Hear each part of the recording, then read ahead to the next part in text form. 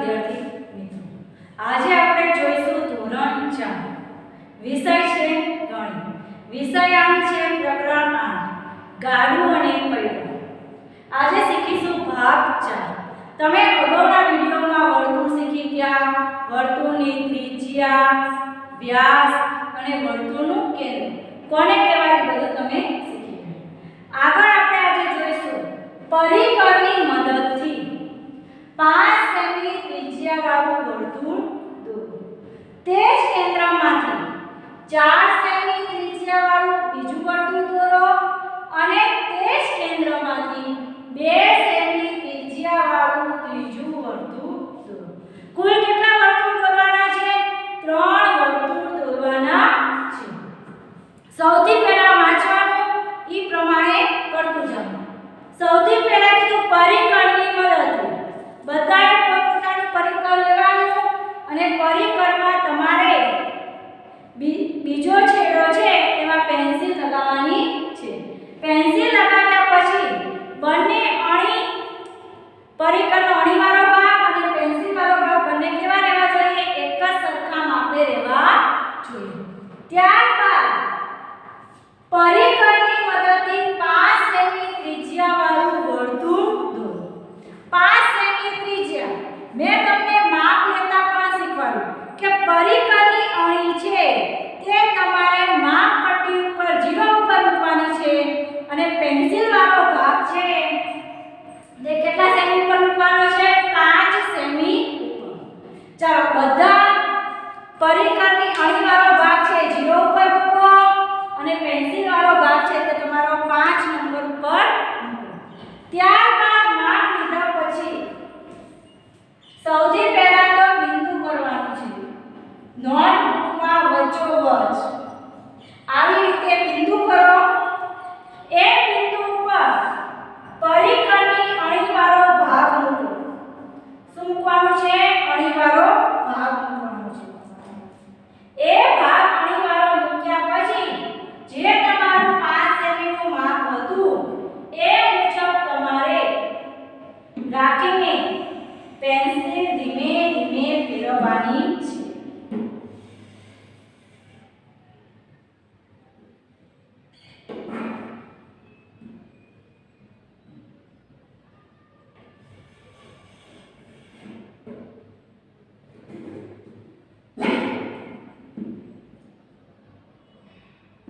તમારી નોટબુકમાં નહીં ખસી જાય, મારે ખસી જાય છે. તમારે વ્યવસ્થિત સરસ દોરસ. ચાલો આવી ગયું. આવી રીતે તમારે 5 સેમીના માપનું વર્તુળ દોરવાનું છે. આટલું દોરાઈ જાય પછી એના પછીની આગળની લીટીમાં છે કે તે જ કેન્દ્રમાંથી, કેન્દ્ર એટલે આ બિંદુ વચ્ચેનું બિંદુ, તે જ કેન્દ્રમાંથી 4 સેમી ત્રિજ્યાવાળું બીજું વર્તુળ દોરો. હવે તમારે માપ પટ્ટી ઉપરથી માપ કાઢવાનું છે. પરિકરની અણી 0 ઉપર અને પેન્સિલની અણી 4 ઉપર રાખી બધાએ અને માપ લીધું. પેન્સિલની પરિકરની અણી છે, અણીદાર વાળો ભાગ એ 0 ઉપર અને પેન્સિલ વાળો ભાગ છે એ 4 ઉપર. માપ લીધા પછી ફરી એ જ કેન્દ્રમાંથી એટલે કે જે પહેલું વર્તુળ દોર્યું એનું એ જ કેન્દ્રમાંથી તમારે એની ઉપર અણીવાળો ભાગ મૂકવાનો છે અને બીજું વર્તુળ દોરવાનું છે.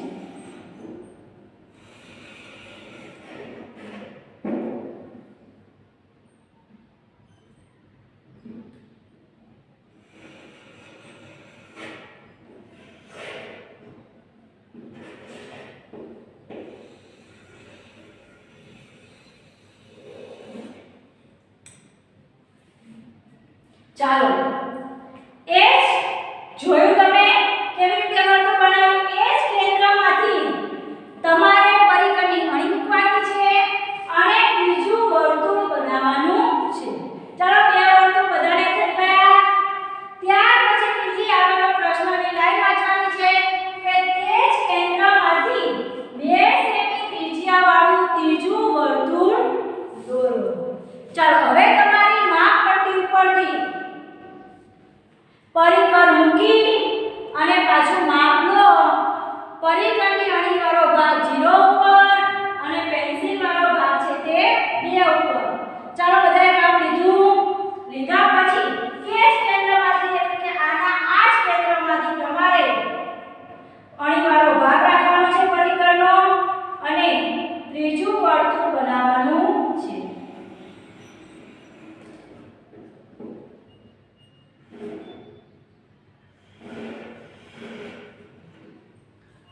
ચાલો થઈ ગયું. પહેલું વર્તુળ છે એ 5 સેમીનું, બીજું વર્તુળ છે એ 4 સેમીનું અને ત્રીજું વર્તુળ છે એ 2 સેમીનું. એટલે આપણે કહી શકશું કે આવી રીતે તમે એમાં ત્રિજ્યા પણ દર્શાવી શકો છો. આટલું કેન્દ્રથી આટલો ભાગ છે એ કેટલા સેમીનો છે? 2 સેમીનો. કેટલા સેમીનો છે? 2 સેમીનો છે. સૌથી નાનું વર્તુળ છે 2 સેમીનું. કેન્દ્રથી પાછું આ મોટું વર્તુળ છે કેટલા સેમીનું છે? 4 સેમીનું. એટલે કે કેન્દ્રથી સમજવાનું છે. કેન્દ્રથી બીજું વર્તુળ છે એ 4 સેમીનું છે અને સૌથી બહારનું વર્તુળ છે કેન્દ્રથી બહારનું વર્તુળ એ કેટલા સેમીનું છે? 5 સેમીનું છે. આવી રીતે 3 વર્તુળ આપણે બનાવવાના હતા. ચાલો બધાને દોરાઈ ગયા ને? આવી ડિઝાઇન સરસ મજાની બનશે. વર્તુળની અંદર વર્તુળ, એની અંદર પણ વર્તુળ. ચાલો હવે આગળનો પ્રશ્ન છે એના જેવો જ છે સેમ. એ તમારે કરવાનું છે. પરિઘની મદદથી 4.5 સેમી ત્રિજ્યાવાળું વર્તુળ દોરો. કેટલા સેમી વાળું? 4.5 સેમી. 4.5 સેમી એટલે કેટલા ઉપર રાખવાનું? પરિઘની અણીવાળો ભાગ છે 0 ઉપર અને પેન્સિલ વાળો ભાગ છે તે 4 અને એના પછીનો અંક એટલે 5. 4 અને 5 ની બરાબર વચ્ચે રાખવાનું. ક્યાં રાખવાનું? બરાબર એક્ઝેક્ટ વચ્ચે. તમારી માપપટ્ટી ઉપર 4 અને 5 ની વચ્ચે એક મોટો લીટો આપેલો હશે, એની ઉપર તમારે પેન્સિલ વાળો ભાગ રાખવાનો છે. ચાલો બધાએ માપપટ્ટી પરથી લઈ લીધું પરિક્રમામાં. ત્યારબાદ માપ લીધા પછી વચ્ચોવચ બિંદુ કરવાનું છે. થઈ ગયું બિંદુ નોટબુક ઉપર. આ બિંદુ પર તમારે પરિઘની અણીવાળો ભાગ મૂકવાનો છે અને 4.5 સેમીનું એટલે કે 4 અને 5 ની વચ્ચેનું માપ રાખીને તમારે સરસ વર્તુળ દોરવાનું છે.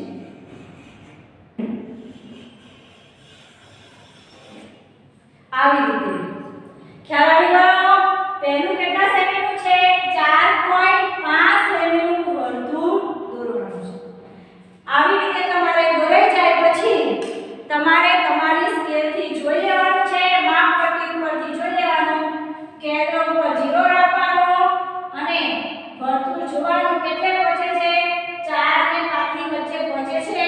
હા, તો તમારું આ વર્તુળ સાચું માપનું કહેવાય. એના પછી આગળની લીટીમાં છે તે જ કેન્દ્રમાંથી 3.5 સેમી ત્રિજ્યાવાળું બીજું વર્તુળ દોરો. તો ફરી તમારે પાછું માપપટ્ટી પરથી પરિક્રમા માપ લેવાનું છે. કેટલું લેવાનું? 3.5 સેમી. ચાલો 3.5 સેમી એટલે કેટલું માપ આવશે? 3 અને 4 અંક છે ઈ બંનેની વચ્ચેનો મોટો લીટો માપપટ્ટી પર તમારે આપેલો હશે. ઈ બંને વચ્ચેનો મોટો લીટો એટલું માપ લઈ તમારે ફરીથી એ જ કેન્દ્રમાંથી એટલે કે પહેલું વર્તુળ દોર્યું એના એ જ કેન્દ્ર ઉપર તમારે અણીવાળો ભાગ રાખવાનો છે અને બીજું વર્તુળ બનાવવાનું છે.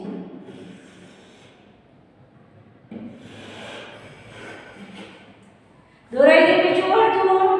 હવે આ વર્તુળને પાછું આપણે માપી લેવાનું કે માપપટ્ટી 0 ઉપર મૂકવાનો કેન્દ્રવાળો ભાગ અને જોવાનું બીજું વર્તુળ આપણે અત્યારે દોર્યું તે 3 અને 4 ની વચ્ચે આવે છે. હા, તો તમારું એ પણ વર્તુળ રેડી થઈ ગયું એમ કહી શકીએ. ત્યારબાદ છે તે જ કેન્દ્રમાંથી 1.5 સેમીની ત્રિજ્યાવાળું ત્રીજું વર્તુળ દોરો. 1.5 સેમી એટલે કેટલા સેમી થાય? મેં હમણાં શીખવાડ્યું હતું કે 1 અને એના પછીનો અંક એટલે કે 2. 1 અને 2 ની વચ્ચેનું માપપટ્ટી પર તમારે જોવાનું. 1 અને 2 ની વચ્ચે જે મોટો લીટો આવતો હોય ત્યાં તમારે પેન્સિલની અણી મૂકવાની છે અને પરિઘની અણી છે તે તમારે 0 ઉપર મૂકવાનું છે. માપ લીધા પછી તમારે પાછું એના એ જ કેન્દ્રમાંથી ફરી તમારે બીજું નાનું વર્તુળ 1.5 સેમી એટલે નાનું થશે. નાનું વર્તુળ તમારે દોરવાનું છે.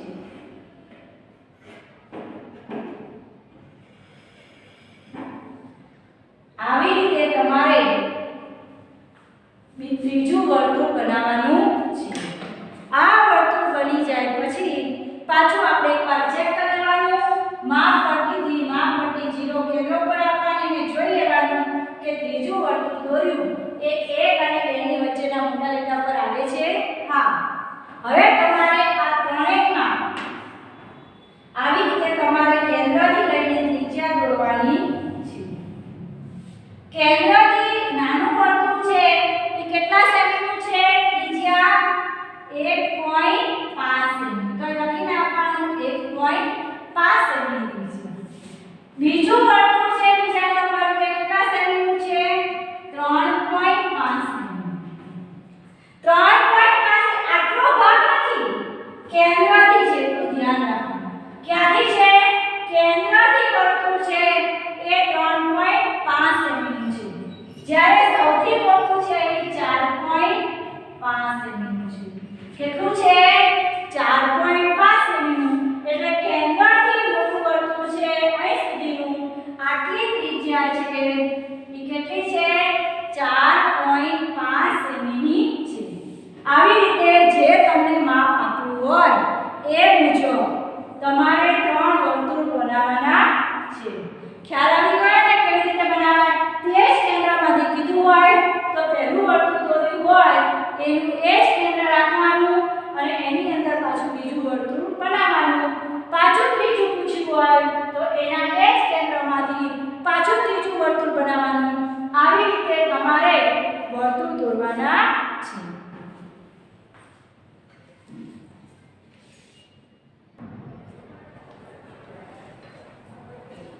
હવે આપણે આગળ જોઈશું. જાગુર, અપુ, નૈના અને ગુડુ 4 મિત્રો છે. આ ચારેય મિત્રો છે ને એક દિવસ ખૂબ જ વરસાદ આવ્યો. તો વરસાદ આવ્યો તો ચારેય મિત્રો બહાર રમવા જઈ શકતા નહોતા. આ 4 મિત્રો છે તે બહાર મેદાનમાં રમવા જઈ શકતા નહોતા. તેથી તે ખૂબ જ વરસાદના કારણે આ ચારેય મિત્રો છે બહુ કંટાળી ગયા કે હવે આપણે શું કરીશું? તો અપુએ કહ્યું ચાલો ને આપણે ચકરડી બનાવીએ. તો તેમને થઈ કે હાલો આપણે બધા ચારેય મિત્રો થઈને ચકરડી બનાવીએ. તો ચાકીએ ચકરડી બનાવી, અપુએ, નૈના અને ગુડુએ. સૌથી પહેલા શું કર્યું? તો જાકીર આ ચારેય મિત્રો છે તેમણે પોતપોતાનું પૂંઠું લીધું. પૂંઠા ઉપર વર્તુળનો આકાર દોરી પૂંઠા ઉપર શું કર્યું? પરિકરની મદદથી વર્તુળ દોર્યું અને એ વર્તુળવાળો ભાગ દોરેલો છે તે પોતે કાતરથી કાપી દીધો. વર્તુળ કાપ્યા પછી ચારેય મિત્રોએ આવી રીતે પૂંઠા ઉપરથી વર્તુળ બનાવી લીધું અને કાપી લીધું. કાપ્યા પછી બધાએ વચ્ચે ચકરડીમાં કાણું પાડી દીધું. એ કાણામાં દીવાસળી તેમને ભરવી દીધી. શું કર્યું? દીવાસળી. આ શું છે? દીવાસળી છે. જાકીરે દીવાસળી ભરવી, અપુએ ભરવી, નૈનાએ ભરવી અને ગુડુએ ભરવી. જો બધાએ જુદી જુદી રીતે દીવાસળી ભરવી છે. જાકીનું વર્તુળ ચકરડી છે, જાકીની ચકરડી છે, બરોબર? એને દીવાસળી ક્યાં ભરવી? ખૂણા ઉપર ભરવી, સાઈડમાં, બરોબર? અપુએ ક્યાં ભરવી? અપુએ પોતાની દીવાસળી છે તે બરાબર મધ્યમાં એટલે કે વર્તુળ ચકરડીના કેન્દ્રમાં ભરવી, વચ્ચે ભરવી. જ્યારે નૈનાએ છે પોતાની ચકરડી બનાવવા માટે ક્યાં દીવાસળી ભરી? આ બાજુ ડાબી બાજુ ભરવી થોડી. જ્યારે ગુડુએ છે તેની ચકરડી પોતાની બનાવવા માટે તેને દીવાસળી વર્તુળ એટલે કે સહેજ મધ્ય ભાગની બાજુમાં ભરવી. આવી રીતે ચકડી બનાવી અને પોતે દિવાસળી ભરવી દીધી. તો વિચારો તમે કે કોની ચકડી છે એ સરસ મજાની ફરે. તે ચકડી ફરવાની રમત રમતા હતા. તો કોની ચકડી સરસ ફરે અને કોની ચકડી ન ફરે? તમે બધા ચકડી પણ જોઈ હશે. બરાબર. તો ઈ ચકડી માટે આપણે જોઈએ કે જો ચકડીમાં વર્તુળની મધ્ય ભાગમાં જો કેન્દ્રમાં કાણું હોય અને દિવાસળી ભરેલી હોય તો ચકડી બરાબર ફરે છે. સરસ મજાની ચકડી ફરે. જો મધ્ય ભાગને એટલે કે કેન્દ્રમાં જો દિવાસળી ભરેલી હોય નહીં, ગોઠવેલી ન હોય તો ચકડી બરાબર ફરે નહીં. અને બહુ સાઈડમાં હોય દિવાસળી ભરેલી તો ચકડી તો બિલકુલ ફરે નહીં, કારણ કે બેલેન્સ જવાય નહીં ચકડીનું. એટલે એક બાજુ નમી જાય અને એક બાજુ ઊંચી રહે. પરંતુ વર્તુળની વચ્ચોવચ્ચ કાણું પાડી દિવાસળી ભરવામાં આવે તો ચકડી સરસ મજાની ફરે છે. તો આપણે અહીંયા આ ચારે મિત્રો પરથી અને બંને ચારે વડાવેલી ચકડી પરથી આપણે કેટલાક પ્રશ્નોના જવાબ દેવાના છે. પહેલો પ્રશ્ન છે ચકડી કોની ચકડી બિલકુલ ફરશે નહીં? ચાલો જુઓ તો ચારેની ચકડી તમે નજર મારો તો ઝાંકીની ચકડી, અપ્પુની ચકડી, નૈનાની ચકડી અને ગુડ્ડુની ચકડી. આ ચકડીમાં તમને કઈ બરાબર વ્યવસ્થિત ચકડી લાગે છે અને કઈ બરાબર ચકડી વ્યવસ્થિત લાગતી નથી? આપણો પહેલો પ્રશ્ન હતો કોની ચકડી બિલકુલ ફરશે નહીં? નથી કીધું તો કોની ચકડી નહીં ફરે? કે જેની દિવાસળી બાજુમાં હોય, કેન્દ્રની બાજુમાં એટલે કે બિલકુલ બાજુમાં સાઈડમાં જતી હોય તો એની ચકડી બિલકુલ ફરે નહીં. જો કોની ચકડી છે? ઝાંકીની એવી છે અને નૈનાની એવી છે કે એની દિવાસળી કેવી છે? મધ્યથી કેન્દ્રથી બિલકુલ દૂર છે. એટલે ઝાંકી અને નૈના આ બે મિત્રોની ચકડી છે તે બિલકુલ ફરે જ નહીં, ફરી જ ના શકે, કારણ કે બેલેન્સ જળવાય નહીં. એક બાજુ નમી જાય અને આ બાજુ ઊંચી રહે. તો આપણે જવાબ લખીશું કે ઝાંકી અને નૈના આ બંને મિત્રોની ચકડી છે તે બિલકુલ ફરશે નહીં. શા માટે નહીં ફરે? કે બંનેની ચકડીમાં શું છે? દિવાસળી છે એ બાજુમાં લગાવેલી છે, બરોબર મધ્યમાં લગાવેલી નથી, માટે ફરશે નહીં. ચાલો બીજો પ્રશ્ન જુઓ. કોની ચકડી થોડીક જ ફરશે? કોની ચકડી થોડીક ફરે? આ બંને તો ફરે જ નહીં. તો બાકી શું રહ્યું? અપ્પુ અને ગુડ્ડુ બાકી રહ્યા. તો બેમાંથી કોની ચકડી ફરશે? થોડીક ફરશે. થોડીક ફરશે. સારી ફરશે એવું નથી કીધું, થોડીક ફરશે. તો આ ગુડ્ડુની ચકડી છે, ગુડ્ડુએ જે બનાવી છે ચકડી, ઈ ચકડીમાં દિવાસળી શું છે? મધ્ય એટલે કે કેન્દ્રથી થોડીક કેવી છે? નજીક છે, બરોબર. આ વર્તુળ આકારે નથી, બાજુમાં નથી, થોડી કેન્દ્રની થોડીક નજીક છે, એટલે એની ચકડી છે એ થોડીક ફરશે. કોની ચકડી થોડીક ફરશે? તો ગુડ્ડુની ચકડી છે તે થોડીક ફરશે. કેમ થોડીક ફરશે? કારણ કે તેની દિવાસળી છે ચકડીની તે કેન્દ્રની થોડી નજીક છે, માટે એની ચકડી થોડી ફરશે. આગળનો ત્રીજો પ્રશ્ન જોઈએ. કોની ચકડી સૌથી સારી ફરશે? ચાલો કોની ચકડી ફરે છે? આ ચકડીના ચિત્ર પરથી તમને ખ્યાલ આવી જશે. કોની ચકડીમાં દિવાસળી કેન્દ્રમાં છે, કેન્દ્રમાં એટલે મધ્યમાં છે, તો અપ્પુની ચકડી છે તે સૌથી સારી ફરશે, કારણ કે તેની દિવાસળી કેવી રીતે છે? કેન્દ્રમાં છે, મધ્યમાં છે. તો જવાબ આવશે અપ્પુ. અપ્પુની ચકડી છે તે સરસ મજાની ફરશે, કારણ કે તેને ચકડી કેવી રીતે બનાવી છે? દિવાસળી છે એ પોતાની ચકડીના કેન્દ્રમાં એટલે કે મધ્યમાં લગાવેલું છે. આગળ